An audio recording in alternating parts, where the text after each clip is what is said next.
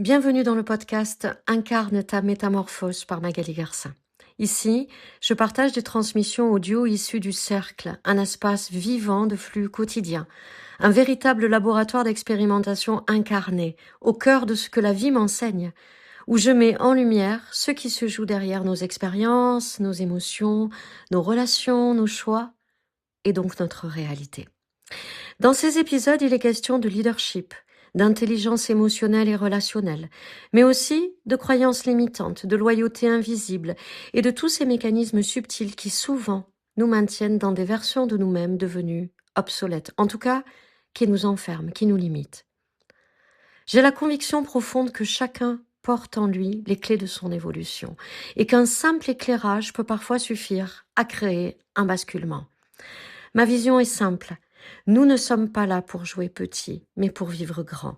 Et cela ne peut se faire que depuis notre vérité, à laquelle la réalité répond en miroir.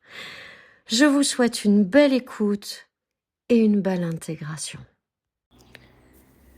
Parfois, on a des attentes. On a beau savoir que les attentes, ça vient toujours manifester l'absence, le manque. Et donc, ça vibre pas du bon espace. Il n'empêche que nous sommes des petits humains et que parfois nous avons des attentes. Et en général, quand il y a attente, il y a impatience. Donc on est là, on guette, on cherche les preuves que c'est là, que ça arrive, que c'est en chemin, que c'est en train de se manifester. Et plus on cherche, plus on nourrit le doute. Quand il y a du doute, il y a toujours un peu de frustration, voire un peu de déception. Et quand vraiment les choses ne sont pas là, ou en tout cas qu'elles ne sont pas encore visibles dans le champ dans lequel on est dans le moment, ça peut générer de l'amertume. Et l'idée, c'est pas de nier tout ça. L'idée, c'est pas d'être dans l'évitement. L'idée, c'est de voir que, ok, là, je vibre pas du bon espace. Là, je suis certainement en train de laisser réagir une version de moi qui a peur. Peur de ne pas avoir, peur de perdre, peur de manquer, peur d'échouer, peur de décevoir, etc., etc. Et c'est pas grave. Et c'est pas mal en soi. Parce que je crois vraiment que toutes ces identités passées, en tout cas toutes ces versions de nous qu'on n'avait pas encore uploadées ou upgradées, elles sont toujours là. L'idée, c'est que ce soit plus elles qui régissent notre vie, que ce soit plus elles qui pilotent, parce qu'elles sont la résultante de blessures, de conditionnements qui parfois se sont cristallisés depuis des années, voilà, de normes sociétales, de normes parentales, de normes environnementales, on va dire, qui font que vraiment on a été formaté pour agir d'une certaine manière, être la bonne personne, être aimé, être reconnu, être validé, être approuvé, être gentil, ne pas blesser, ne pas déclencher. Tout ça, vous savez déjà. Et même si aujourd'hui on est aligné et qu'on vit dans notre axe et que cet alignement il est solide, quand vraiment on porte haut les cœurs, j'ai envie de dire, des projets qui nous allument, qui nous font vibrer, de désirs profonds. C'est un peu comme des bébés que l'on a mis au monde, on a envie que tout le monde les aime, on a envie que tout le monde les veuille, on a envie que tout le monde leur sourie, que tout le monde les valide, que tout le monde les approuve, que tout le monde se dise « Waouh, c'est génial !» Parfois, c'est pas le cas. Parfois, c'est le silence. Et ce silence, ça nous ramène à ce concept d'indifférence. Pas de réaction, parce que tout le monde s'en fout. Par exemple, alors on peut se dire, qu'est-ce que ça vient me raconter sur moi? Et on va aller chercher, qu'est-ce que je suis pas assez, ou qu'est-ce que je suis trop, qu'est-ce que j'ai mal fait. Vous voyez ce que je veux dire? Alors qu'en réalité, ça dit rien de nous. Ça dit rien de nous, ça dit rien de nos projets, ça dit rien de nos offres, ça dit rien de rien en réalité. Ça dit simplement que là, dans l'instant T, Là où les personnes à qui ça s'adresse ne sont pas réceptives, elles sont peut-être pas disponibles, sont peut-être pas disposées, sont peut-être préoccupées. Il peut y avoir tellement de paramètres inconnus à tout ça, qu'on pourrait créer des milliers d'histoires. On peut faire des tonnes de projections, mais ça n'est jamais que des histoires qu'on se raconte. Sauf que ces histoires qu'on se raconte, elles nous préjudicient. Elles portent atteinte à notre confiance ou notre estime de nous-mêmes, dans le meilleur des cas. Parfois même, elles peuvent nous mettre en insécurité et redéclencher un mode survie qui met le système en alerte, où là, on ne fait pas que voir ces émotions, on ne fait pas que ressentir ces émotions, on ne fait pas qu'avoir ces perceptions, on s'identifie à elles. Et là, du coup, après, on se retrouve figé, on se retrouve immobile, on n'arrive plus à avancer, on n'arrive plus à agir, on n'arrive plus à créer. Et surtout, on perd la foi. Or, là où il y a le doute, il n'y a pas la foi. C'est pas compatible. Si je doute, c'est que je cherche à voir, à contrôler. Et ça, c'est pas la même mécanique. Ça, c'est le paradigme du faire pour obtenir. C'est de la manufacture. Là où quand je suis dans la confiance, dans la foi, c'est-à-dire que j'ai cette certitude inébranlable que ce que je fais est bon pour moi, bon pour les autres, bon pour le monde, que ça a une valeur inestimable,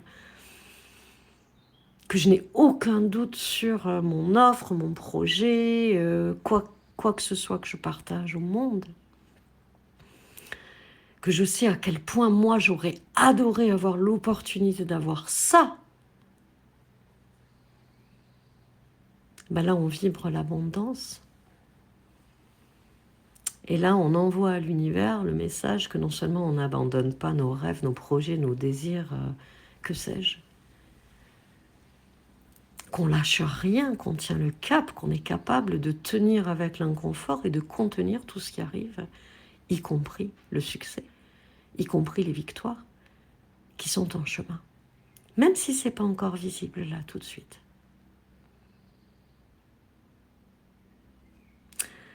Donc oui, parfois, tous, autant que nous sommes, nous traversons des moments qui viennent un peu nous bousculer, des contractions. On pourrait appeler ça des contractions.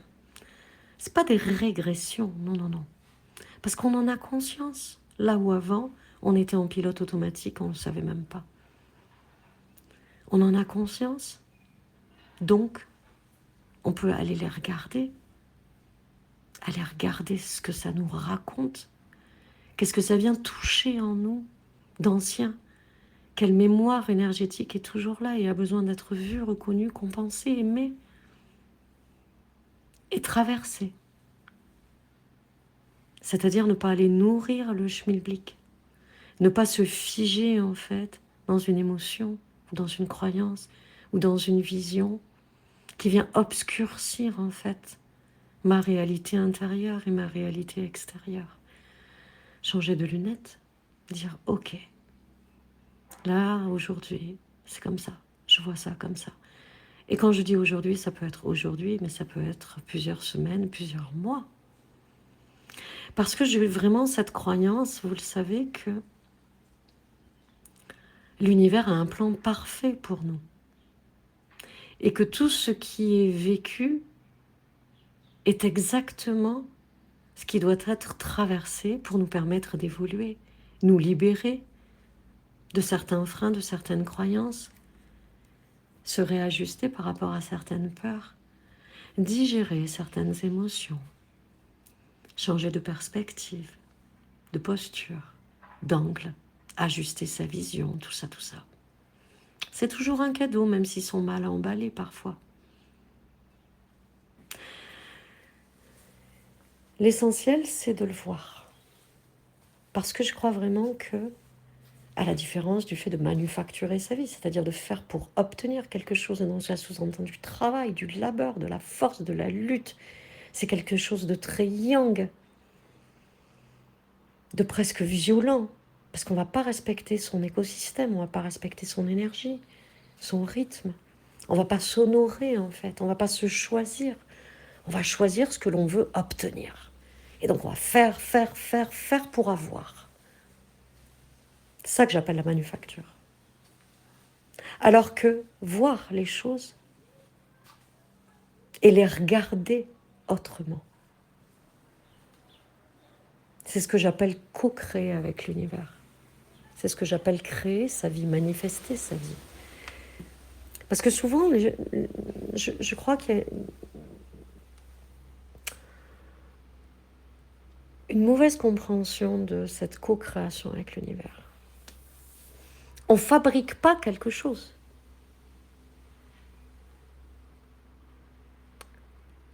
On s'autorise simplement à recevoir ce qui nous est destiné dans ce champ de pure potentialité où tout est déjà là. Parce que l'argent circule à foison.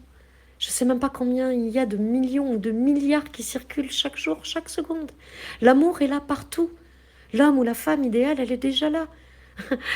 Manifester à 40 ans un conjoint, c'est pas le faire apparaître comme ça. Je crée un homme, je crée une femme de chair et d'os là qui va rentrer dans ma vie. Pas du tout. Cette personne, elle existe déjà, elle est là quelque part. Simplement, je la tire ou je la tire pas. Tout va dépendre en fait de là où j'en suis sur mon chemin, de ma capacité à m'autoriser, à changer de regard, à changer de posture.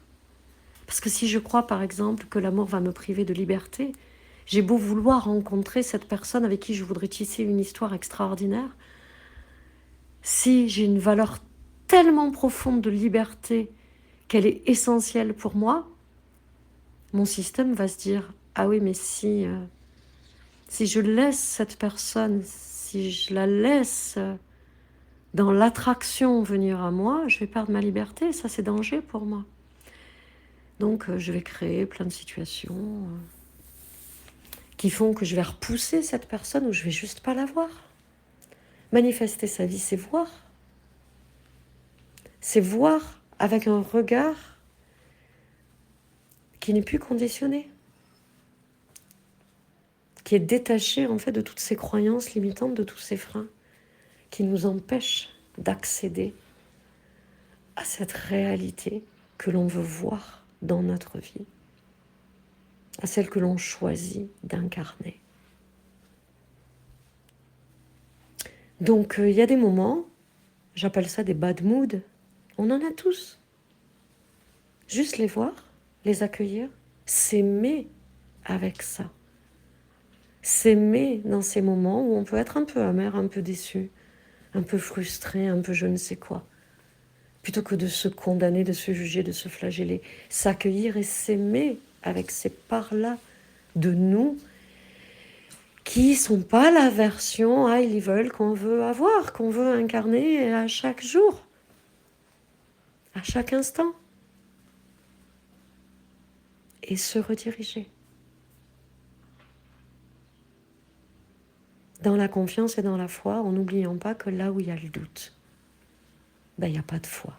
Et si j'ai pas foi en mes rêves, en mes désirs, en mes projets, en mes offres, que sais-je, comment pourrais-je être à même de les voir se réaliser? Je vous souhaite une belle journée. Merci d'avoir écouté cet épisode. Une nouvelle transmission est disponible chaque lundi matin sur toutes les plateformes de podcast. Si cet audio résonne en vous, vous pouvez le partager, vous pouvez vous abonner et le faire circuler dans un élan de contribution au plus grand monde. Et vous pouvez rejoindre l'espace du cercle à tout moment si vous voulez aller plus loin. Je vous mets le lien en commentaire.